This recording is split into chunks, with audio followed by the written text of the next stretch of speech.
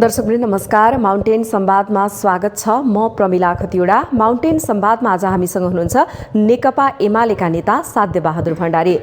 दर्शकवृन्द, पछिल्लो समय नेपालमा मुलुकमा राजनीतिक अस्थिरता रहेको छ।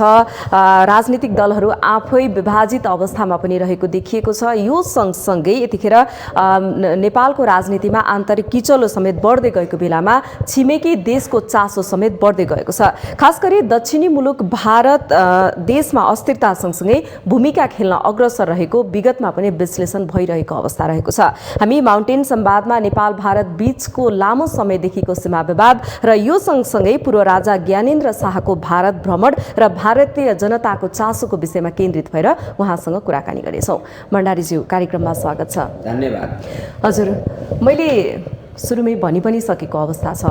पछिल्लो समय देशमा कुनै पनि राजनीतिक स्थिरता नहुँदाखेरि, राजनीतिक उथलपुथल हुँदाखेरि विशेष गरेर छिमेकी राष्ट्रहरूको चासो बढी नै देखिन्छ। यो किन भइरहेको छ? यहाँले कसरी हेरिराख्नु भएको छ?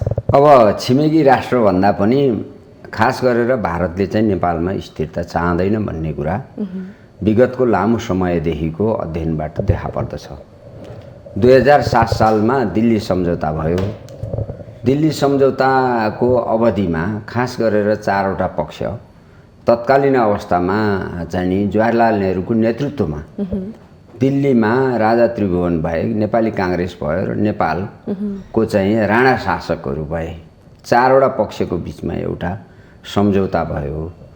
त्यो सम्झौताको मूल आशय के थियो भन्दाखेरि नेपाललाई बृहत रूपमा भारतीयकरण गर्दै लिएर जाने र अन्ततः लगेर भारतमा लगेर मिसाउने खालको योजना थियो।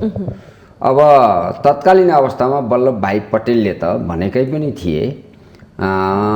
तत्कालीन अवस्थामा खास गरेर चाहिँ अब कश्मीरलाई भारतमा गाभिएको थियो, हैदराबादलाई भारतमा गाभिएको थियो, गोवाको समस्या अलि टटकारो थियो, पूर्वतिरको मिजोरमतिरको समस्या पनि अलि टटकारो थियो। यही अवस्थामा नेपाललाई पनि भारतमा गाभिहाल्नुपर्छ भन्ने खालको अभिव्यक्ति हामी वल्लभमणि भाइ पटेलले दिएको देख्छौँ। र अब भारतले नेपालमा चाहिँ आफ्नो आधिपत्य कायम गर्नको लागि नियोजित रूपमा भारतको खोज भन्ने नामक एउटा पुस्तिका, एउटा पत्र के अरे चाहिँ खोज नामक पुस्तक जो जवाहरलाल नेहरूले लेखेका छन्, त्यसमा चाहिँ नि तपाईँको चाहिँ नि नेपाल भारतको चाहिँ नि सिमाना भनेको हिमालय पर्वत श्रृङ्खला नै हो भन्ने कुरा किटानी गरेका छन्, जसलाई नेहरूज डक्ट्रिन भनेर भनिन्छ हैन। त्यो के हो त भन्दा छिमेकीमाथि हस्तक्षेप लाद्ने नेहरूको चाहिँ जुन खालको आशय हो त्यो आशय त्यसमा झल्कन्छ। र तत्कालीन अवस्थामा अलि पहिलादेखि अङ्ग्रेजको शासकको अवस्थामा नै हिमाली क्षेत्रमा 5वटा स्वतन्त्र राज्यहरू थिए। लद्दाख अलग्गै एउटा राज्य थियो, सिक्किम अलग्गै राज्य थियो, कश्मीर अलग्गै राज्य थियो, भुटान अलग्गै राज्य थियो र नेपाल अलग्गै राज्य थियो। भनेपछि जसरी यहाँले अघि कुरा गर्दै जाँदाखेरि भारत नेपालको राजनीतिक स्थिरता चाहँदैन भन्नुको मतलब 7 सालदेखि अहिलेसम्म तपाईँ 5 वर्षको शासक, 5 वर्ष सरकार कुनै पनि चलेको छैन र यही नै सरकार हो सबैभन्दा बलियो र यसलाई पनि चलाउन दिइएन। यसलाई पनि विषयमा ढाल्नलाई चाहिँ निकै ठुलो हरकत र कोसिसहरू भए। हामी त्यसमा भारतीय विस्तारवादको छाया चाहिँ देख्छौँ, ढाल्ने पक्षहरू जो छ हैन। र भारतको अहिलेको 3टा एजेन्डा अगाडि छ। उसले चाहिँ एउटा त राष्ट्रघाती विधेयकहरू जो संसदमा पढेर बसेका छन् त्यसलाई पारित गराएर लिएर जानु, दोस्रो चाहिँ नेपालमा त्रिसङ्घको सरकार निर्माण गर्नु, उसको जोड बल त्यसमा छ, र तेस्रो चाहिँ सम्भाव्य युद्धको तयारी चीनसँग भइरहेको सन्दर्भमा नेपालको भूभागलाई भारतको हितमा प्रयोग गर्नको लागि पश्चिमको लिम्पियाधुरादेखि लिएर पश्चिमको पूर्वको कञ्चनजङ्घासम्मको एरियामा भारतीय जासुसी संयन्त्रहरू, अमेरिकन जासुसी संयन्त्रहरू निर्माण गर्नु र फाइटर विमानहरू चाहिँ नेपालको आकाशबाट तिब्बत आक्रमणको लागि उडाउनु हो हैन। यो उद्देश्य प्राप्त गर्नको लागि अहिले चाहिँ नेकपाभित्र चाहिँ द्वन्द्व सृजना गर्ने काम भारतले नै गर्यो र त्यो द्वन्द्वको परिणाम चाहिँ आज हामी बेहोरिरहेका छौँ र मूलत अब यो विषयमा कुरा गर्दा भारत अब एउटा हाम्रो नजिकको मित्र पनि हो, छिमेकी पनि हो हैन, र त्यसले गर्दाखेरि भारतको चासो रहनु, चीनको चासो रहनु नेपालको जाने राजनीतिप्रति स्वाभाविक रूपमा हामीले आकलन गर्न सक्छौँ। तर भारत युपी बिहार पश्चिम बङ्गाललाई सधैँ एउटा कङ्गालको रूपमा राख्ने भए हुनाले नेपालमा चाहिँ कुनै उद्योग धन्दाको वृद्धि पनि चाहँदैन, विकास पनि चाहँदैन र स्थिर सरकार पनि चाहँदैन र कर्मचारी संयन्त्रमा उसका मान्छेहरूको तमाम मान्छेहरू चाहिँ कर्मचारी संयन्त्रमा घुसपेट गराएर ऊ माइक्रो म्यानेजमेन्ट तहमा काम पनि गरिरहेको छ। त यो अवस्थामा नेपालीहरूले सजगता र सतर्कतापूर्वक आफ्ना कदमहरू अगाडि बढाउनु पर्ने, त्यो चाहिँ हाम्रा राजनीतिक नेताहरूमा कमी देखिन्छ। हजुर, पछिल्लो समय जस्तो भनौँ न, नेपालमा कुनै पनि राजनीतिक सङ्कट निम्तियो या कुनै पनि किसिमको घटना नेपालमा घट्यो भने विदेशीहरू आउने जाने क्रम निकै नै बढिरहेको हुन्छ। त्यसमा पनि नेपालका नेताहरू पनि आउने जाने क्रमहरू बढ्दै गइरहेको अवस्था पनि छ। यो समयमा हामीले झट्ट हेर्दाखेरि भारतको इसारामा नेपालका राजनीतिक दलहरू चाहिँ छन् कि छैनन् त? यहाँले के पाउनु भएको छ? अब तपाईँको जाने अघि मैले दिल्ली सम्झौताको कुरा गरेँ, बृहत भारतीयकरण गर्ने भनेर बृहत रूपमा। दिल्ली सम्झौताको जिस्ट कुरा के थियो भन्दाखेरि नेपालसँग विशेष चासो हैन पूर्वक भारतले आफ्ना योजनाहरू लागू गर्ने कुरा त्यहाँ उल्लेख भयो, जुन अनुसार नेपालमा चाहिँ तपाईँको चाहिँ यो के भयो भन्नुहुन्छ भन्दाखेरि राजा त्रिभुवनको मुख्य सचिव भारतबाट ल्याइएको थियो। हेर्नुहोस् हैन, गोविन्द नारायण सिंह भन्ने हैन, युपीको जाने उनी गृह मन्त्रालयको सचिव थिए, उनलाई राजा त्रिभुवनको मुख्य सचिव बनाएर ल्याइयो। अब त्यसपछि चाहिँ तपाईँको जाने योजनाहरू बनाउँदाखेरि शिक्षा आयोग र प्रशासन सुधार आयोग भारतीयहरूले नै निर्माण गरे। नेपालको नागरिकता सम्बन्धी विधेयक पनि 2009 सालको भारतीयहरूले त्यही कम्पनीले नै, त्यही कमिसनले नै निर्माण गरेको थियो। अब त्यसपछि चाहिँ तपाईँको जाने त्यति मात्रै नभइकन नेपालमा सङ्कट पैदा भयो भने भारतीयहरू चाहिँ, भारतीय सेना चाहिँ 30 किलोमिटरसम्म नेपालभित्र प्रवेश गर्न पाउने कुरा पनि त्यतिखेर चाहिँ निकै ठुलो चर्चामा थियो। र अब 2008 सालमा त संस्थागत रूपमै भारतीय सैनिक मिसन नेपालमा ल्याइयो। त्यो सैनिक मिसनले तिब्बतको 18वटा नाकामा चाहिँ आफ्नो चाहिँ चेकपोस्टहरू निर्माण गरेको थियो। र अब तपाईँको सेनाको पजनी गर्नेदेखि नयाँ भर्ती गर्नेदेखि लिएर हैन, सैनिक ब्यारेकहरूभित्र चेक गर्ने, गोला बारुदहरू, बन्दुकको आपूर्ति गर्ने आदि सबै कामहरू भारतीयहरूले नै गरे। त्यसले गर्दाखेरि चाहिँ तपाईँको चाहिँ त्यो सैनिक मिसनको कार्यकाललाई हामीले हेर्ने हो भने नेपाल पूर्णत रूपमा एउटा भारतीयकरण गर्नको लागि ठुलो चाहिँ एउटा योजनाबद्ध ढङ्गले काम अगाडि बढेको हामी देख्छौँ हैन। तर त्यो कार्यकाल धेरै समय टिकेन, 2007 सालदेखि 11 सालसम्म मात्रै रह्यो। अब यो 2062 सालमा जुन दिल्ली सम्झौता फेरि अर्को भयो, जसलाई तपाईँ हाम्रो मौखिक भाषामा त्यसलाई चाहिँ तपाईँको 12 बुँदे सम्झौता भन्छौँ। त्यो 12 बुँदे सम्झौताको कार्यकाल हो अहिले। 12 बुँदे सम्झौताको कार्यकाल भए हुनाले त्यो 12 बुँदे सम्झौतामा टेकिएका मान्छेहरू, खास गरेर 3टा पक्षको बिचमा चाहिँ त्यो सम्झौता भएको थियो, अरू चाहिँ फड्केका साक्षीहरू थिए। अब नेकपा माओवादी, भारत र गिरिजाप्रसाद कोइराला, र त्यो सम्झौताको जिस्ट कुरा के थियो भने गिरिजाप्रसाद कोइरालालाई पुनर्स्थापित गर्ने र नेपाललाई सम्भव भारतीयकरण गर्ने। भनेपछि यो इतिहासदेखि नै नेपाली नेताहरूले नै अब भारततर्फ अब हामीले सतर्कतापूर्वक हेर्न पर्ने कुरा के हो भन्दाखेरि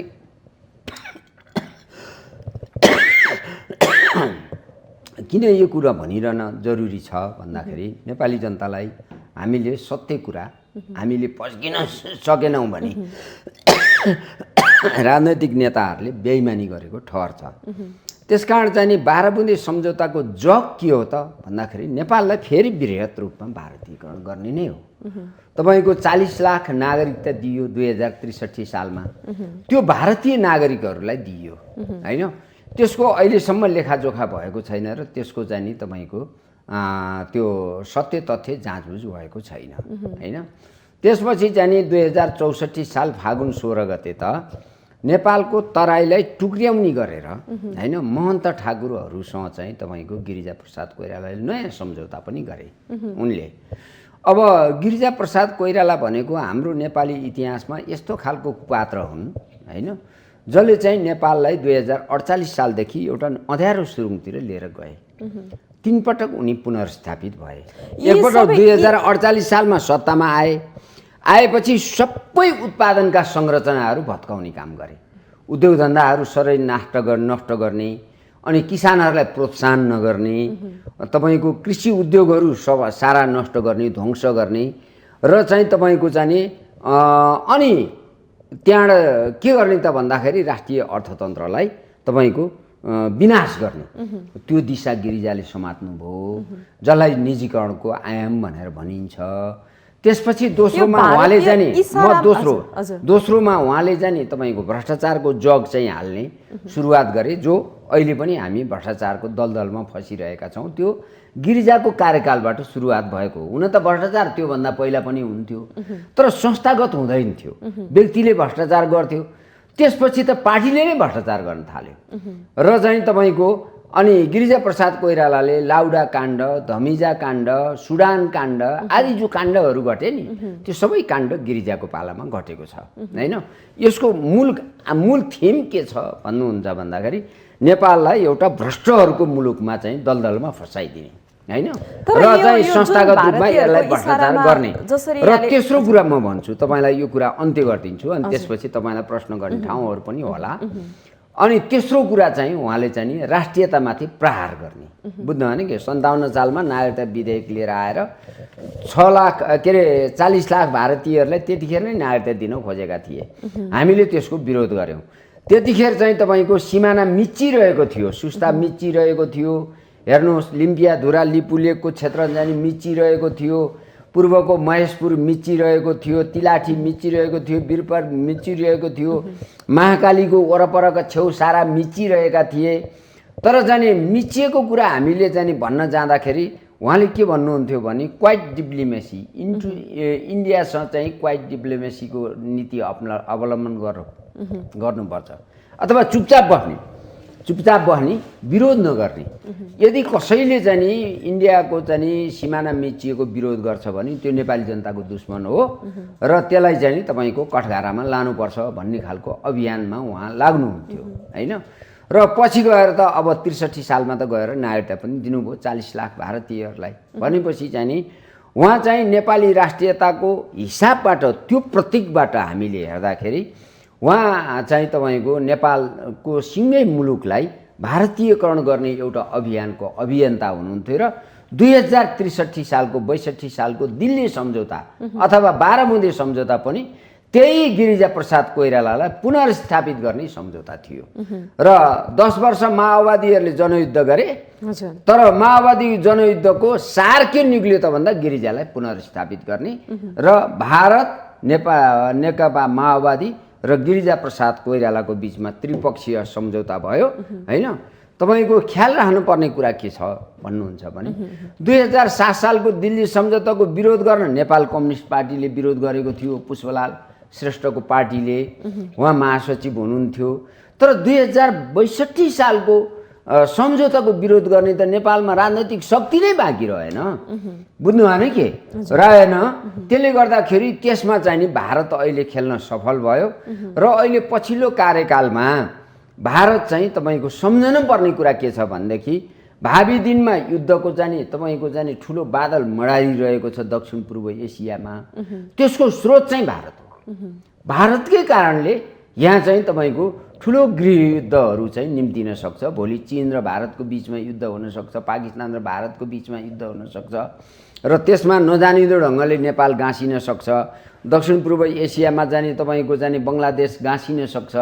किन त भन्नुहुन्छ भनेदेखि भारतले 2 नोभेम्बर 2019मा जुन खालको नक्सा जारी गरेको छ त्यो नक्सा चाहिँ हस्तक्षेपकारी नक्सा छ। छिमेकीलाई हस्तक्षेप गर्ने, नेपालको पनि सुस्ता र तपाईँको लिम्पियाधुरा लिपुलेकको जमिन जो चाहिँ तपाईँको 14,500 चाहिँ 14,500 र 40,000 गर्दाखेरि चाहिँ 54,000 वर्ग किलोमिटर के अरे 54,000 हेक्टर जमिन भारतको नक्सामा मिसाइएको छ। नेपालको जमिन नेपालको जमिन अब तपाईँको जाने कश्मीर विभाजित भएर 3 भागमा विभाजित भएको थियो। लद्दाख क्षेत्रको जाने तपाईँको सियाचिन भनेर चीनको जाने स्वामित्वमा थियो, अर्को चाहिँ तपाईँको पाकिस्तानको स्वामित्वमा थियो। त्यो लद्दाख क्षेत्रको पनि भारतले आफ्नो नक्सामा गाभेको छ र पाकिस्तानको जमिन पनि भारतमा गाभिएको छ। अब अहिलेसम्म त्यो फिर्ता लिएको छैन। भारतको के हो त भन्दाखेरि अहिले चाहिँ तपाईँको आणविक युगमा प्रवेश गरिसकेपछि उसको दम्भ बढेर गयो र छिमेकीहरूमाथि हस्तक्षेप लाद्यो। अब अहिले तपाईँ के देख्नुहुन्छ भन्दाखेरि अस्ति मात्रै तपाईँको चाहिँ बङ्गलादेशमा भारतको प्रधानमन्त्री मोदी जानुभयो। मोदी जानासाथ त्यहाँ के भयो त भन्दाखेरि गएकै दिन विरोध गर्दाखेरि 5 जना मान्छे मारिए र पछि चाहिँ 2 दिनसम्म बस्दाखेरि 12 जना मानिसहरू त्यहाँ मारिए। र छिमेकी मित्र राष्ट्रपति कहीँ पनि मोदी गएको चाहिँ तपाईँको त्यहाँका जनताले सहँदैनन्। त्यस्तो खालको परिस्थिति निर्माण भयो। अहिले चाहिँ बङ्गलादेशसँग राम्रो सम्बन्ध छैन भारतको, पाकिस्तानसँग राम्रो सम्बन्ध छैन भारतको, चीनसँग राम्रो सम्बन्ध छैन भारतको, मालदिप्ससँग राम्रो सम्बन्ध छैन भारतको, श्रीलङ्कासँग राम्रो सम्बन्ध छैन भारतको। र अब भारतको चाहिँ छिमेकी मित्र राष्ट्रहरू कसैसँग नि राम्रो सम्बन्ध छैन र हामीसँग पनि भारतले चाहिँ राम्रो सम्बन्ध चाहेको छैन, जबकि हामी चाहिँ तपाईँको राम्रो सम्बन्ध चाहन्छौँ। भारतले हाम्रो सार्वभौमिकतामाथि हस्तक्षेप नगरोस्, हाम्रो सार्वभौमिकताको चाहिँ तपाईँको जाने भारतले मान्यता प्राप्त गरोस्। हामी सम्मान गर्छौँ भारतको सार्वभौमिकताको भनी भारतले पनि त सार्वभौमिकताको सम्मान गर्न पर्यो नि। त्यसकारण भारतीय हामीले चाहेको कुरा के हो भने भारतले हस्तक्षेप मात्रै नगरोस् नेपालमाथि, अरू कुरा हामी सहकार्य गर्न तयार छौँ, तर भारतले कहिल्यै पनि हस्तक्षेप गर्न छोड्दैन होइन। हाम्रो सीमा क्षेत्रमा अहिले चाहिँ 71 ठाउँमा सिमाना मिचिएका छन् र सबैभन्दा धेरै चाहिँ लिम्पियाधुरा लिपुलेक क्षेत्रको 40,000 हेक्टर जमिन मिचेको छ, जसको नेपालले नक्सा पनि जारी गरिसकेको छ। हजुर, म सीमाको विषयमा फेरि पनि आउँछु। अहिलेको लागि मैले यहाँसँग कुरा गर्न चाहेँ, जसरी अघि यहाँले भन्नुभयो गिरिजाप्रसाद कोइरालाको पालादेखि 2007 सालको दिल्ली सम्झौतादेखि 2062 सालसम्म 12 बुँदे सम्झौतासम्म आइपुग्दाखेरि जसरी यहाँले भ्रष्टाचारका कुरा उठाउनुभयो, सीमा विवादका कुरा उठाउनुभयो, नेपालको भूमि मिचेको कुराहरू उठाइरहँदाखेरि राष्ट्रियतामाथि प्रहार गर्ने गरी जुन सम्झौता भएका छन् त्यो त नेपालकै नेताहरूले देखिएका छन्। यो गर्नुको कारण चाहिँ के देख्नु भएको छ यहाँले? अब तपाईँको जाने के देखियो भन्नुहुन्छ भन्दाखेरि 1977मा इन्दिरा गान्धीले 1966मा इन्दिरा गान्धी सत्तामा आइन्। इन्दिरा गान्धी सत्तामा आउनासाथ उनले चाहिँ नि 3टा कुरा राखिन् दक्षिण पूर्व एसियामा। खास गरेर चाहिँ त्यतिखेर भुटान पनि स्वतन्त्र थियो, सिक्किम स्वतन्त्र थियो र नेपाल पनि स्वतन्त्र थियो। कश्मीर भारतमा गाभिसकेको थियो, लद्दाख भारतमा गाभिसकेको थियो, हैदराबाद भारतमा गाभिसकेको थियो र चाहिँ तपाईँको त्यतिखेरसम्म गोवा पनि भारतमा गाभिसकेको थियो र पूर्वको मिजोरमदेखि लिएर आसाम मणिपुर सबै भारतमा गाभिसकेको थियो। त्यस अवस्थामा चाहिँ इन्दिरा गान्धीले अब चाहिँ नि अबको मिसन चाहिँ मेरो चाहिँ सिक्किमलाई भारतमा गाभ्नु अनि भुटानलाई चाहिँ भारतमा चाहिँ मिलाउनु र नेपाललाई पनि भारतमा मिलाउनु हुनेछ भनेर उनले उद्घोष गरेकी थिइन् हैन। त्यसपछि उनले दक्षिण पूर्व एसियामा यो गतिविधिलाई अगाडि सारेको देखिन्छ र पछि श्रीलङ्कामा पनि गयो। श्रीलङ्कालाई टुक्र्याउनको लागि चाहिँ नि उनले बहुराष्ट्र हो श्रीलङ्का भनेर टुक्र्याउनको लागि गइन्, तर त्यहाँबाट चाहिँ नराम्रो हार खाएर चाहिँ श्रीलङ्काबाट फर्कियो हैन। अब चाहिँ तपाईँको नेपालमा पनि के हो त भन्दाखेरि 1977 मा बिपी कोइराला त भारतमा बस्थे। अनि बिपी कोइरालालाई बोलाएर त्यतिखेर इमर्जेन्सी लागू भएको थियो। त्यो इमर्जेन्सीको कार्यकालमा बिपी कोइरालालाई बोलाएर उनले के भनिन् भन्नुहुन्छ भन्दाखेरि पहिलो कुरो त 1975 मा जब चाहिँ सिक्किम भारतमा गाभियो, सिक्किम भारतमा गाभ्ने रहको जुन टिम थियो नेपालको तराईलाई टुक्र्याएर भारतमा गाभ्नको लागि उनले नेपालमा खटाइन् हैन। र अब त्यही कार्यकालमा भारतमा इमर्जेन्सी लागू भएको र इमर्जेन्सीको कार्यकालमा चाहिँ उनी चुनावमा हारेको कारणले हाम्रो तराई बचेको हो। नत्र भनेदेखि 1975 मै भारतमा गाभ्ने उनले योजना अन्तर्गत नेपालमा रहका अधिकारीहरू आएर भूमिका खेल्न सुरु गरिसकेका थिए। अहिलेसम्म पनि त रहका अधिकारीहरू त आइरहेका छन्। अब चाहिँ तपाईँको अर्को कुरा के हो त भन्दा 1977 मा बिपी कोइराला जब इमर्जेन्सीको कार्यकालमा बिपी कोइरालाको प्रभाव चाहिँ इन्डियामा बढेर गयो। किन त भन्दा अटल बिहारी वाजपेयी पनि जेलमा थिए, मुरारी देसाई पनि जेलमा थिए र जयप्रकाश नारायण पनि जेलमा थिए, भारतका ठुला नेताहरू। त्यसपछि चाहिँ बिपी कोइरालाको राजनैतिक इतिहास त इन्डियाबाटै सुरु भएको हो हैन, समाजवादी पार्टीबाट। अनि त्यसपछि चाहिँ बिपी कोइराला बनारसमा बस्नुहुन्थ्यो। बसिसकेपछि इन्दिरा गान्धी बोलाएर भनिन् नेपालको परराष्ट्र एउटा र सुरक्षा नीति भारतको हातमा देऊ, म तिमीलाई चाहिँ फेरि चाहिँ नेपालमा प्रधानमन्त्री बनाइदिन्छु, पुनर्स्थापित गरिदिन्छु भनेर चाहिँ उनले भनिन्।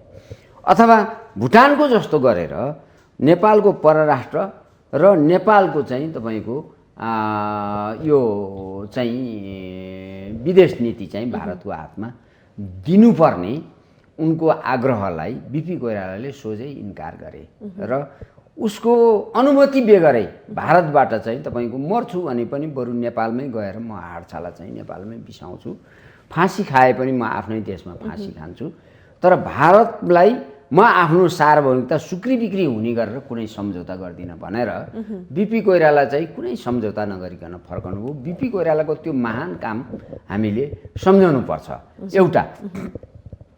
दोस्रो कुरो, राजा चाहिँ तपाईँको राजा वीरेन्द्रले चाहिँ तत्कालीन राजा वीरेन्द्रले शान्ति क्षेत्रको प्रस्ताव अगाडि सारेका थिए। इन्दिरा गान्धी चाहिँ शान्ति क्षेत्रको प्रस्तावबाट निकै चिडेकी थिइन्। त यो आयाम मैले 2062 सालमा किन ल्याएर जोड्न खोजेको भन्नुहुन्छ भन्दाखेरि तपाईँको चाहिँ बिपी कोइरालाको काङ्ग्रेससँग पनि अब काङ्ग्रेसबाट पनि भारतको चाहिँ एजेन्डा लागू नहुने भयो, राजाबाट पनि लागू नहुने भयो। त्यसपछि चाहिँ भारतीय राष्ट्रिय काङ्ग्रेस अब राजतन्त्र हटाउने योजनातिर गयो हैन। काङ्ग्रेसबाट भारतको चाहिँ एजेन्डा लागू नहुने भइसकेपछि अनि त्यहाँको भन्ने संस्था चाहिँ वामपन्थी आन्दोलनतिर अब घुसपेट सुरु गर्यो। हेर्नुहोस् है, वामपन्थीहरूसँग घुसपेट सुरु गर्यो र तपाईँको जाने अहिले बजारमा एउटा किताब तपाईँ पाउनुहुन्छ हैन, नलेखिएको इतिहास भनेर राधाकृष्ण मैनालीले लेख्नु भएको किताब हो र सिपी मैनालीले त धेरै ठाउँमा व्यक्त पनि गर्नुभएको छ हैन। खास गरेर त्यतिखेरको माले भन्ने पार्टीलाई चाहिँ के आग्रह थियो भारतको भन्दाखेरि तपाईको राजतन्त्र हटाउने तपाईहरुको र हाम्रो मुद्दा समान भएकोले जति सहयोग गर्नुपर्छ हामी सहयोग गर्न तयार छौं। लजिस्टिक सहयोग गर्ने, सेनाको सहयोग गर्ने, भारतमा औषधि उपचार गर्ने, त्यसपछि भारतले चाहिँ हतियार दिने सबै काम चाहिँ हामी गर्छौं भनेर मालेलाई अहिलेको एमालेलाई प्रस्ताव आएको थियो हैन।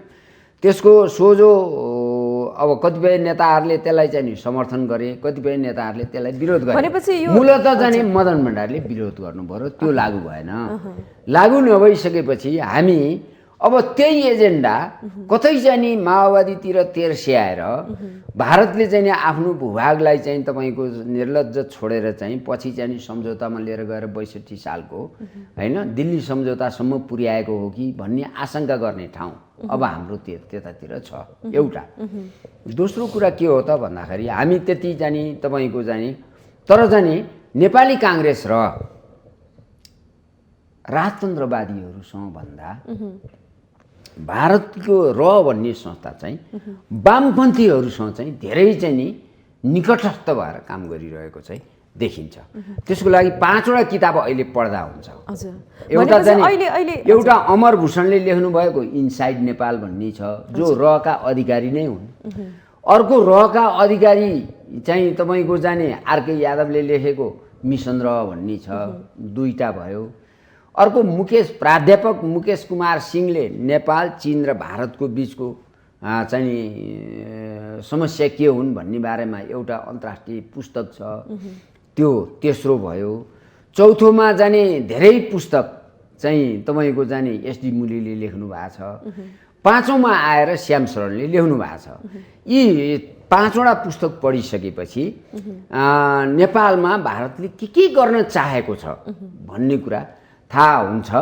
र तत्कालीन अवस्थामा राजा महेन्द्रलाई लेखेका जवाहरलाल नेहरूका पत्रहरू पनि छन् हैन। ती सबै मिसनबाट चाहिँ नेपालको सार्वभौमिकता भारतमा विलय गर्न चाहन्छ भारतले र ऐन मौकामा भन्ने कुरा चाहिँ तपाईँको चाहिँ त्यहाँ कहीँ पनि चाहिँ छिपेको छैन। तर नेपाल बचाएको चाहिँ नेपाल भारतको यो हस्तक्षेपकारी नीतिको विरुद्ध वामपन्थीहरू नै हुन्। फेरि वामपन्थीहरूले नै भनेपछि यो सत्ता विदेशीले ढलाउने र विदेशीले नै बचाउने हो भने हाम्रो राष्ट्रियताको त कुनै अर्थ पनि रहेन। तर यो जसरी यो विदेशीहरूले वामपन्थीहरूलाई चाहेका छन् कि राजतन्त्र ढालेको चाहन्छन् कि के चाहन्छन् त उनीहरू चाहिँ उनीहरूको भित्री कुराहरू चाहिँ के रहेको छ त? राजतन्त्र ढाल्ने एजेन्डा त वामपन्थीहरूको पहिला थियो नै हैन। तर पछि भारतको पनि रहेछ। बुझ्नु भने के ती पुस्तकहरू पढ्दा थाहा हुन्छ कि भारतको एजेन्डामा वामपन्थीहरूले पो सहयोग गरिरहेछन् भन्ने कुरा चाहिँ तपाईँको प्रष्ट हुन्छ। एउटा कुरा। दोस्रो कुरा के हो त भन्दाखेरि अहिले पनि त्यो मिसन उनीहरूको यथावत छ। र अहिलेको मोदी भनेको त अझ जाने त्यो नेहरू डक्ट्रिनको प्रखर व्यक्तित्व। नेहरूजीले चाहिँ बनाएको डक्ट्रिन जुन छ हैन, त्यसलाई लागू गर्ने प्रखर व्यक्तित्वको रूपमा मोदी हुनुहुन्छ।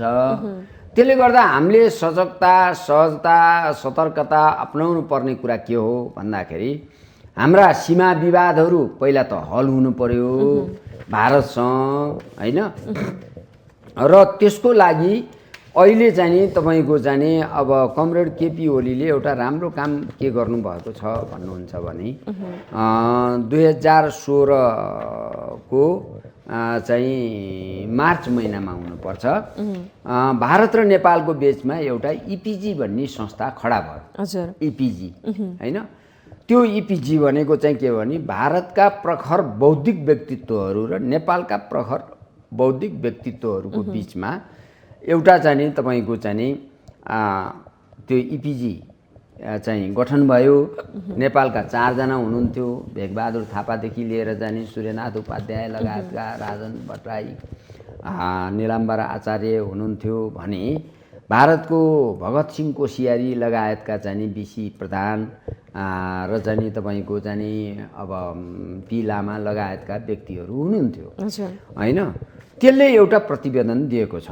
त्यसले त्यो दिएको प्रतिवेदन के छ भने नेपाल भारत सम्बन्धलाई सुमधुर र एउटा असल आयाममा लिएर जानको लागि भावी दिनमा यो गर्नुपर्छ भनेर एउटा रूपरेखा तयारी गरेको छ। त्यो रूपरेखा तयारी गरेको प्रतिवेदन भारतले अहिलेसम्म बुझेको छैन हैन। त्यसमा के कुरा मूल कुरा के उल्लेख छ भन्नुहुन्छ भन्दाखेरि एउटा नेपालको सिमाना तोक्ने चाहिँ नि मूल आधार भनेको 1816 को सुगौली सन्धि हो। त्यो 1816 को सुगौली सन्धि अनुसार नेपालको तराई क्षेत्रमा झन्नै 1 लाख बिघा जति जमिनले भारतले चाहिँ अकुपाई गरेको छ, त्यो फिर्ता गर्नुपर्छ भन्ने छ त्यसमा। दोस्रो कुरो नेपाल भारत सिमानालाई व्यवस्थापन गर्ने, नियमन गर्ने र आवश्यक पर्यो भनेदेखि भिसा प्रथा लागू गर्ने, आते जाते भिसा प्रथा लागू गर्ने, 2 देशका नागरिकहरू छुट्टिने कुरा त्यसमा उल्लेख छ। दोस्रो कुरा। तेस्रो कुरा नेपालको पश्चिमी सिमाना चाहिँ लिम्पियाधुरा हो भन्ने कुरा त्यसमा पनि उल्लेख छ। चौथो कुरा के उल्लेख छ भन्दाखेरि 1950 का सन्धि चाहिँ खारेज हुनुपर्छ र 1950 को सन्धिको 6 नम्बर र 7 नम्बर बुँदामा जो उल्लेख भएका असमान कुराहरू छन् त्यस्तो चाहिँ नयाँ सन्धि अब गर्दाखेरि पनि त्यस्तो असमान बुँदाहरू राख्नु हुँदैन। र नेपाल 3 करोड जनसङ्ख्या भएको सानो मुलुक हो। र भारत चाहिँ 1,35 करोड जनसङ्ख्या भएको ठुलो मुलुक हो। त्यसकारण त्योसँग सम्झौता हुँदा पनि जनसङ्ख्या र भूगोलको आधारमा नै अब सम्झौता गर्नुपर्छ। समानताको सम्झौता भने त्यहाँ हुन्छ, नत्र भनेदेखि समानता भन्ने ठुलोले जहिले पनि सानोलाई पछाडि राख्ने त्यो खालको सम्झौता चाहिँ अब गर्नुहुन्न भन्ने कुराको चाहिँ स्पष्ट रेखाङ्कन त्यसले गरेको छ। तर त्यो भारतले अहिलेसम्म बुझेको छैन। अब नेपाल सरकारले 2076 साल जेठ महिनामा घोषणा गरिसकेका छ कि जाने भारत सरकारले नबुझे पनि हामी त्यो इपिजीको प्रतिवेदन बुझ्छौँ र चाहिँ तपाईँको त्यसलाई सार्वजनिक गर्छौँ भन्ने घोषणा गरिसकेका छ। तर जाने पार्टीको विवाद चाहिँ यस्तो भयो कि तपाईँको जाने जब नक्सा जारी भयो लिम्पियाधुरा लिपुलेक क्षेत्रको, त्यसपछि जाने वर्तमान प्रधानमन्त्रीलाई दुवै क्षेत्रबाट हटाउनुपर्छ भनेर पार्टीबाटै जाने तपाईँको ध्वंसात्मक गतिविधि सुरुवात भयो र त्यसको परिणामस्वरूप अहिले पनि त्यो समाधान भइसकेको छैन र नेपाल सरकार एउटा कमजोर र कर्नर एउटा स्थितिमा गइसकेको कारणले त्यो प्रतिवेदन बाहिर सार्वजनिक भएको छैन। अब हामीले सरकारलाई बलियो बनाएर चाहिँ त्यो इपिजीको प्रतिवेदन बाहिर सार्वजनिक गर्नुपर्छ र अनि त्यसले चाहिँ तपाईँको भारतको बौद्धिक व्यक्तित्वहरूमाथि पनि एउटा सङ्कट के खडा गर्छ त भन्दाखेरि तपाईँको जाने अब त्यो त छिमेकी त 500 वर्ष 1000 वर्ष 10,000 वर्षसम्म जान्छ नि त, हजारौँ वर्षसम्म जान्छ। छिमेकी सम्बन्धलाई सुधार गर्नको लागि त्यो एउटा राम्रो प्रतिवेदन छ। त्यो प्रतिवेदन भारतले छिटोभन्दा छिटो बुझ्नुपर्छ। भारतले नबुझेको खण्डमा नेपालले तत्काल बुझेर सार्वजनिक गर्नु। लगभग भारतले नेपालको 60,000 हेक्टर जमिन अतिक्रमण गरेको रहेछ भने चीनले पनि लगभग 36 हेक्टर जमिन मिचेको रहेको रहेछ। तर हामीले विशेष गरेर भारततर्फ मात्रै इङ्गित गरिरहेका हुन्छौँ सीमा विषयमा, विशेष गरेर कालापानी लिपुलेक र लिम्पियाधुरा आएपछि। तर चीनसँग पनि मिचिरहेको अवस्थामा यी दुईटै राष्ट्रले नेपालमै आँखा गाडिरहेको अवस्था पनि छ। होइन, चीनले जाने तपाईँको मिचेको भनेको जाने अहिले पछिल्लो प्रतिवेदनमा आएको भने कङ्ग्रेसको चाहिँ हुम्ला क्षेत्रको चाहिँ त्यो 12 नम्बर पिलरको एउटा विवाद आएको छ होइन। त्यो विवाद के हो भनेर पत्ता लगाउनको लागि सजिलो कुरा के छ भने चीनमा त्यहाँ काउन्सिल छ त्यो हेर्ने होइन। त्यो काउन्सिल र नेपालको सीमा सम्बन्धीको जुन व्यक्तित्वहरू छन् उहाँहरू बसेर जाने द्विपक्षीय भेटघाट गर्नासाथ त्यो समस्या समाधान हुन्छ। त्यो काम भएको छैन एउटा होइन। दोस्रो कुरा चाहिँ अन्यत्र ठाउँमा चीनले चाहिँ त्यस्तो अकुपाई गरेको हामी भेट्दैनौँ होइन। भए पनि हामीले सट्टापट्टा पाएका छौँ होइन। पहिलाको जाने तपाईँको जाने कतिपय नेपाली भूभाग चीनतिर पनि परेको छ। 2019 सालमा सम्झौता गर्दाखेरि कतिपय चिनिया भूभाग नेपालमा परेको छ। तर विशेष गरेर मुस्ताङ जिल्लाको 1,06,000 वर्ग किलोमिटर 1,06,000 होइन तपाईँको जाने 1,00,000 हेक्टर जति जमिन चाहिँ नेपालतिर परेको छ भन्ने चाहिँ तपाईँको प्रतिवेदन पनि छ, जो चाहिँ चिनियाहरूले प्रयोग गरिरहेका थिए, नेपालले चाहिँ प्राप्त गरेको छ भन्ने पनि छ होइन। तर जेसुकै होस् चीनसँग हाम्रो सीमा विवाद तपाईँको समस्या त हुनसक्छ, तर त्यो समस्यालाई समाधान गर्नको लागि द्विपक्षीय सम्बन्ध विकास गर्नासाथ त्यो समाधान भइहाल्छ। त्यो चाहिँ नेपाल सरकारको कमजोरीको रूपमा होला होइन। तर भारतको चाहिँ नियत के छ भन्दाखेरि सिमाना जाने मिचेरै हाम्रा तराईका जनतालाई आतंकित गर्ने छ होइन। त्यसकारण भारतको र चीनको हामीले फरक ढङ्गले हेर्नुपर्छ। भारतले 1,00,000 बिघा, मैले 60,000 तपाईँले 60,000 रोपनी भन्नुभयो, 60,000 रोपनीको 1,00,000 बिघा जति नै, 60,000 हेक्टरको 1,00,000 बिघा जति नै हुन्छ होइन। तपाईँको 1,00,000 जति बिघा भारतले अकुपाई गरेको छ, खाएको छ। खाएको मात्रै छैन, त्यहाँ नेपाली किसानहरू आफ्नो लालबुर्जा हातमा लिएर खेती गर्न जाँदाखेरि भारतले गोली ठोकेर समेत मारेको छ। त्यो झन्डै आधा दर्जन भन्दा बढी मानिसहरू मारिसक्यो। अब त्यसको क्षतिपूर्ति पनि लिन बाँकी छ। अहिले जसरी नेपालले आफ्नो भूमि फिर्ता लिनको लागि जसरी नयाँ नक्सा जारी गर्यो, तथापि पनि भारत अझै पनि मान्न तयार भएको देखिएन। तर नेपालको नक्सा जारी गरिसकेपछि पनि त्योभन्दा अगाडि प्रक्रिया बढ्न सकेको छैन। अब हाम्रो नेपालको भूमि फिर्ता लिनको लागि के गर्नुपर्छ या अन्तर्राष्ट्रियकरण अब हुनुपर्छ नेपालको भन्ने भूभाग कुराहरू पनि सबै उठिरहेको भूभाग छ। फिर्ता लिनको लागि पहिला कुरा त नेपालमा सरकार बलियो हुनुपर्छ हैन? नक्सा जारी अब गरेर जाने मात्रै तपाईँको नक्सा जारी गर्यो, नक्सा जारी गरिसकेपछि त्यसका कदम कदम स्टेप हुन्छन् नि। पहिला नक्सा जारी गर्ने, त्यसपछि चाहिँ त्यहाँबाट भारतीय सेना हटाउने, यति दुईटा प्रक्रिया मात्रै हो हामीले त्यहाँ गर्नुपर्ने। तेस्रो प्रक्रिया गर्नुपर्ने के हो भन्दाखेरि त्यो त्रिदेशीय बिन्दु हो। त्यो नेपाल भारत र चीनको त्रिदेशीय बिन्दु हो। त्रिदेशीय बिन्दु तीन पक्ष बसेर एउटा चाहिँ ठाउँमा पिलर गाड्ने, बुझ्नु नि के, र यो नै हाम्रो सिमाना हो भन्ने कुराको सम्झौता गर्ने, पिलर गाड्ने काम बाँकी थियो। यो नेपाल भारतीय सेना त्यहाँबाट हटाउने कुरा र हैन, यो त्रिपक्षीय चाहिँ तपाईँको चाहिँ सिमाना तोक्ने कुरा चाहिँ यो दुईटा प्रक्रिया बाँकी रह्यो। किनभने सरकारलाई चाहिँ तपाईँको जब चाहिँ नक्सा जारी गरेको थियो त्यसपछि प्रधानमन्त्रीबाट नि हटाउने, अध्यक्षबाट नि हटाउने भन्ने अभियान पार्टीभित्रै सुरु भएपछि हैन, त्यो काम स्थगित भयो। त्यो काम थातिरहेको छ अहिले। तर चाहिँ नेपाल भारतको सम्बन्ध सुधार गर्नको लागि चाहिँ कूटनैतिक आयामलाई नै हामीले मध्यनजर राख्नुपर्छ। त्यो ट्र्याक 2 मार्फत हुन्छ, ट्र्याक 1 मार्फत हुन्छ हैन, तपाईँको चाहिँ सरकार मार्फत हुने भयो। यी सबै माध्यमहरूबाट नै हामीले चाहिँ तपाईँको सुरुवात गर्नुपर्छ। र अब यदि भारतले आफ्नो अतिक्रमणलाई जारी राख्ने हो भने नेपाली जनता चुप्लाएर बस्ने छैनन्। उनीहरूले चाहिँ नि आफ्नो सिमानालाई चाहिँ नि रेखदेख रखवाली गर्नको लागि तारबार लगाउनेदेखि लिएर हैन, सीमालाई नियमन गर्ने, व्यवस्थापन गर्ने, र अनि आफै जनताले पनि तपाईँको केही सिप लाएन भनेदेखि टेबुल राखेर भारतबाट आउने नागरिकहरूलाई पनि तपाईँको चाहिँ चेक गर्ने र नेपालबाट भारत जानेलाई पनि चेक गर्ने, यो खालको सिस्टम चाहिँ अब नेपाली जनता आफैले पनि सुरु गर्नुपर्छ। हजुर, हामी कार्यक्रमको अन्तिम समयमा आइपुगेका छौँ। मैले अलिकति प्रसङ्ग फेरि पनि बदलेँ। यतिखेर हाम्रो पूर्व राजा भारत भ्रमणमा हुनुहुन्छ धार्मिक यात्राको भनेर, तर उहाँको धार्मिक यात्रालाई चाहिँ यतिखेर राजनीतिक दृष्टिकोणले पनि हेरिएको छ, बाहिर चर्चा रहेको अवस्था छ। पछिल्लो समय राजनीतिक दलहरूप्रति आम मानिसहरूको विश्वास घट्दै गएको अवस्था पनि छ, जनमत खस्कदो अवस्था पनि रहेको छ। राजनीतिक खिचातानीले वाक्क भएको अवस्था यतिखेर पूर्व राजा ज्ञानेन्द्रको भारत भ्रमणलाई चाहिँ कसरी हेर्न सकिन्छ? मैले चाहिँ अब यसमा धार्मिक भ्रमणको रूपमा मैले हेरेको छु। एउटा त सांस्कृतिक मूल्य, अस्ति वक्तव्य दिँदाखेरि पनि, हिजो वक्तव्य दिँदा पनि अब सांस्कृतिक कुराहरू मात्रै त्यसमा राखेको देखियो हैन। हुन त अब लुकेका पाटा पक्षहरू हुँदैनन् भन्ने कुरा भएन।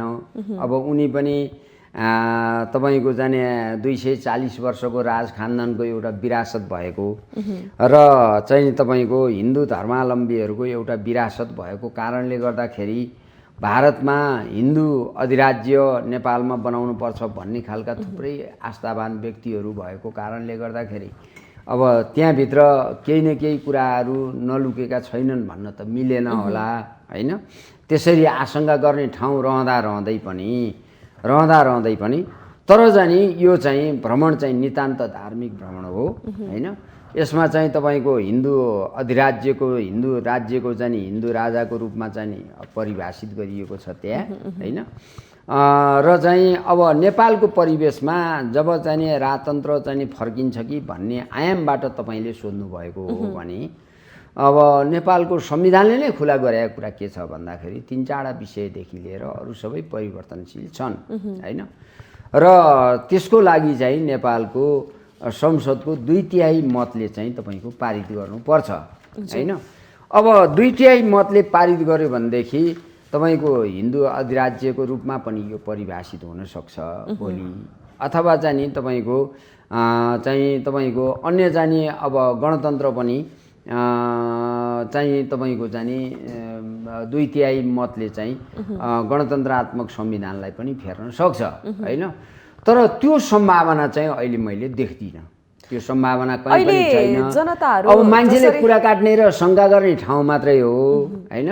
राजा फेरि नेपालमा चाहिँ पुनर्स्थापित भएर हैन हिजोको जस्तो राजतन्त्र चाहिँ तपाईँको चल्छ भन्ने मलाई लाग्दैन। जसरी राजतन्त्र जनताले नै फाले तर जनताहरू नै राजनीतिक दलप्रति वितृष्णा जाग्दै गएको पनि देखिएको छ, जसको कारण यतिखेर भनौँ न राजतन्त्रप्रति आस्था पनि बढ्दै गएको पनि पाइन्छ। यसै परिवेशमा चाहिँ राजा ज्ञानेन्द्रको भारत भ्रमण हुनु चाहिँ धार्मिक भनेर भन्नुलाई चाहिँ अब यो तपाईँ हाम्रो सबैको लागि जाने एउटा ठुलो विडम्बनाको कुरो के हो भने 2/3 वरपर रहेको 70 वर्षको कम्युनिस्ट आन्दोलनको इतिहासमा कम्युनिस्ट पार्टीले 2/3 वरपर चाहिँ तपाईँको मत ल्यायो, यसलाई सदुपयोग गर्न सकेन होइन। अब यो वितृष्णाले गर्दाखेरि तपाईँको चाहिँ काङ्ग्रेससँग त हिजोदेखि नै जनमत थिएन, वितृष्णा छँदै नै थियो। उसले किनभने नेपाललाई चाहिँ तपाईँको डिडक्सन मात्रै गर्यो, ध्वंसात्मक गतिविधिमा मात्रै निर्माणमा लिएर गएन। त्यसले गर्दाखेरि यो निर्माण गर्ने संस्थै होइन भन्ने छ मान्छेहरूको दिमागमा कि यो निर्माण गर्ने संस्थै होइन। राजा महेन्द्रले 10 वर्ष 2007 सालदेखि 2017 सालदेखि 2027 सालसम्म उनले जे जति काम गरे, अहिले काङ्ग्रेसले 40 वर्ष भयो त्यही खाएर बसेको छ, त्यसको ब्याज खाएर बसेको छ। महेन्द्रले बनाइदिएका चाहिँ तपाईँको चाहिँ त्यतिखेरका उद्योग धन्दाहरू बेचेको त्यसको कमिसन खाएर बसिरहेको छ। जे खाएर बसेको छ महेन्द्रले त्यति बनाइदिएकोबाट चाहिँ काङ्ग्रेस बाँचिरहेछ। त्यसकारण नेपाली जनताले बुझ्ने के हो त भन्दाखेरि काङ्ग्रेस निर्माण गर्ने संस्था होइन, यसले निर्माण गर्दैन, यसले त ध्वंस गर्ने र विलोप गर्ने हो। र यसले चाहिँ तपाईँको संस्थालाई लगाएर चाहिँ बाहिर लगाएर चाहिँ अर्काको हातमा बुझाउने हो भन्ने मान्छेले बुझेका छन्। दोस्रो के बुझे भन्दाखेरि त्यसकारण चाहिँ त्यो जनमतले कम्युनिस्ट पार्टीलाई चाहिँ कम्युनिस्ट पार्टी यो निर्माण गर्ने संस्था हो, यसले निर्माण गर्छ, हाम्रो भाग्य र भविष्य खेलबाड गर्दैन, राष्ट्रियताको जगेर्ना गर्छ होइन, युद्धका डोबहरू मेटाउँछ, समृद्धिको यात्रा सुरु गर्छ भनेर कम्युनिस्ट पार्टीलाई चाहिँ विपुल ढङ्गले मत दिए। तर कम्युनिस्ट पार्टीभित्र भएको अहिलेको जुन विवाद छ यसले चाहिँ जनता अत्यन्त निराश भइसकेपछि होइन राजतन्त्रतिर पनि केही मान्छेहरू ढल्केका हुन सक्छन्, ढल्किने एउटा कुरा भयो। तर संस्था पुनर्जीवित हुने अर्को कुरा भयो।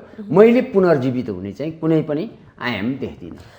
भनेपछि नेपालमा धेरै पटक राजनीतिक परिवर्तन भयो, प्रणालीमा परिवर्तन पनि आयो, तर जनताको अवस्था झन् दयनीय अवस्था हुँदै गयो। दक्षिणतिर हाम्रो दक्षिण शक्तिबाट दक्षिणाको शक्तिले नेपालमा चलाउने चाहिँ राजनैतिक पार्टी हुन्जेलसम्म नेपाल बन्दैन। किन त भन्दाखेरि भारत नेपालमा विकास होस् भन्ने नै चाहँदैन। भारतले त 4 पटक नाकाबन्दी लगायो, बुझ्नु भएन कि। अब चाहिँ तपाईँको चाहिँ विकास हुन खोज्छ, एकपटक नाकाबन्दी लगाइदिएपछि फेरि ठ्याक्कै जिरोमा झर्छ। चाउचाउ हुन्छ नि, तपाईँको चाउचाउ यसरी उठायो यति देखिन्छ, स्वाट तपाईँ छोडिदिनु हो भने ठ्याक्कै जाने गएर जाने माटोमा मिल्छ नि, ठ्याक्कै त्यस्तै हो।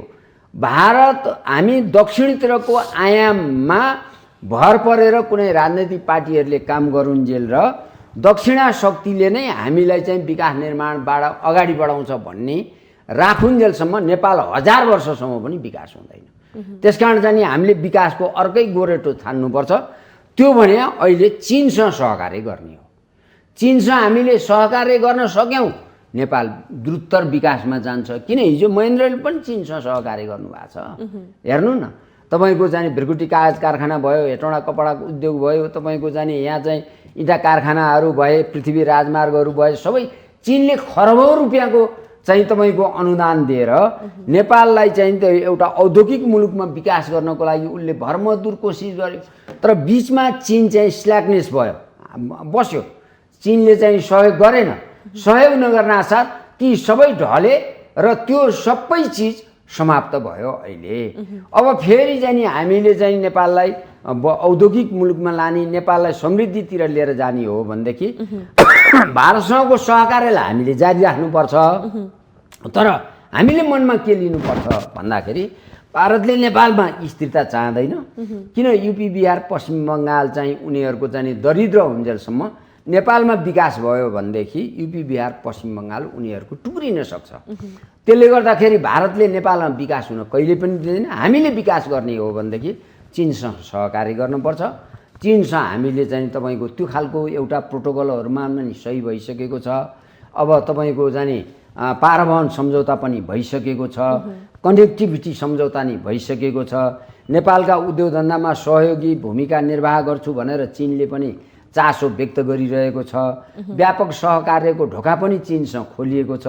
तर के हो भने सरकारले त्यो दिशामा अहिले काम गरिरहेको छैन। त्यो दिशामा सरकारले काम सुरु गर्नासाथ फेरि नेपाल चाहिँ 10 वर्षमा एउटा समृद्ध मुलुक बन्न सक्छ। हस्, हाम्रो कार्यक्रमको निर्धारित समय सकिएको छ। यहाँको जानकारीमूलक संवादको लागि यहाँलाई धेरै धेरै धन्यवाद। हजुर, धन्यवाद। मेरो पनि धन्यवाद। दर्शकवृन्द, माउन्टेन संवादमा आज हामीले विशेष गरेर पछिल्लो समय नेपालमा राजनीतिक अस्थिरता देखिएसँगै विदेशी हस्तक्षेप किन बढ्छ र नेपालको राजनीतिमा एकता र स्थिरता किन विदेशी मुलुकहरू चाहँदैनन्, छिमेकी राष्ट्रहरू किन चाहँदैनन्, यसै विषयवस्तुमा केन्द्रित भएर कुराकानी गर्यौं। यसका लागि हामीसँग हुनुहुन्थ्यो नेकपा एमालेका नेता साध्य बहादुर भण्डारी। कार्यक्रमबाट म प्रमिला खतिवडा पनि बिदा हुँदैछु। हेर्दै रहनुहोला माउन्टेन टेलिभिजन। नमस्कार।